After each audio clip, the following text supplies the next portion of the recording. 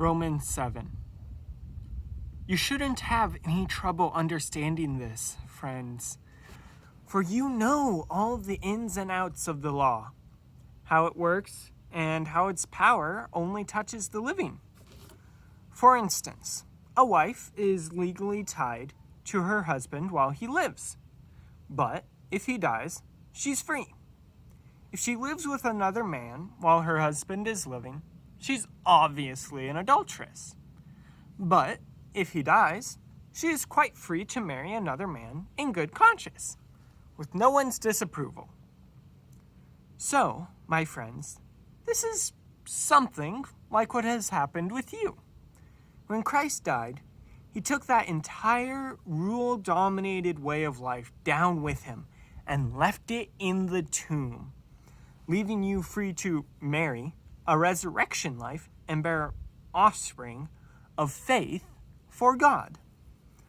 For as long as we have lived that old way of life, doing whatever we felt we could get away with, sin was calling most of the shots as the old law code hemmed us in. And this made us all the more rebellious. In the end, all we had to show for it was miscarriages and stillbirths.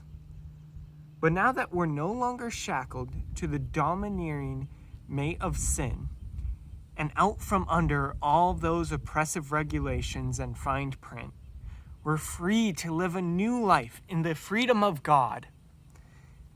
But I can hear you say, if the law code was as bad as all that, it's no better than sin itself.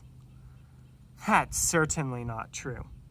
The law code had perfectly legitimate function. Without its clear guidelines for right and wrong, moral behavior would be mostly guesswork. Apart from the surgical command, you shall not covet, I could have dressed covetousness up to look like a virtue and ruined my life with it. Don't you remember how it was? I do, perfectly well. The law code started out as an excellent piece of work. What happened, though, was that sin found a way to pervert the command into a temptation, making a piece of forbidden fruit out of it. The law code, instead of being used to guide me, was being used to seduce me. Without all of the paraphernalia of the law code, sin looked pretty dull and lifeless, and I went along without paying much attention to it.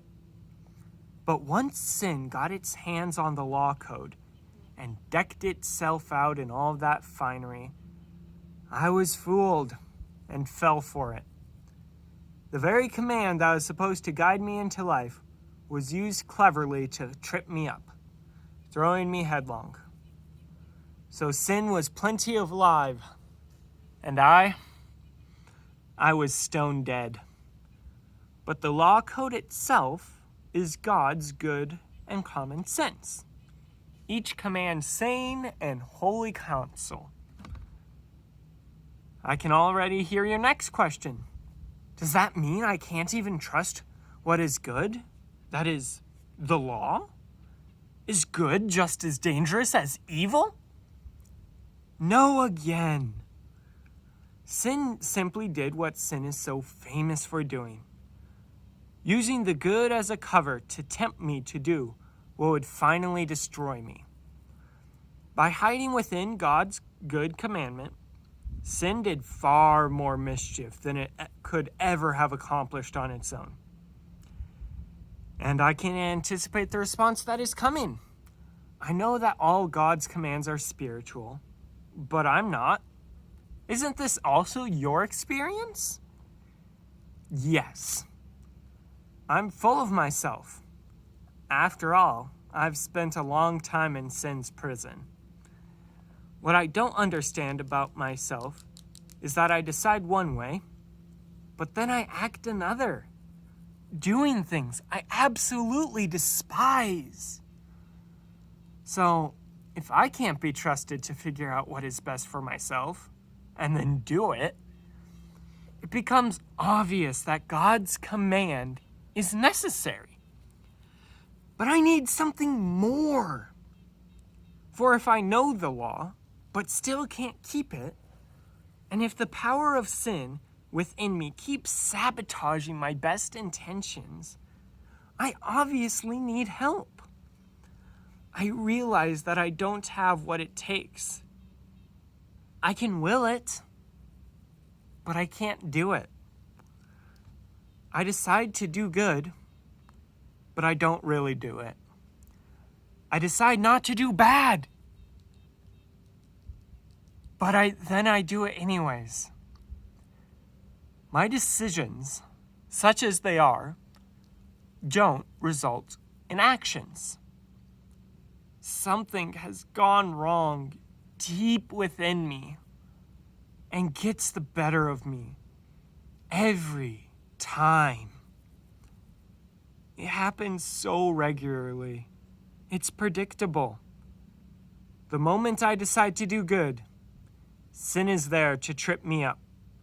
I truly delight in God's commands, but it's pretty obvious that not all of me joins in that delight.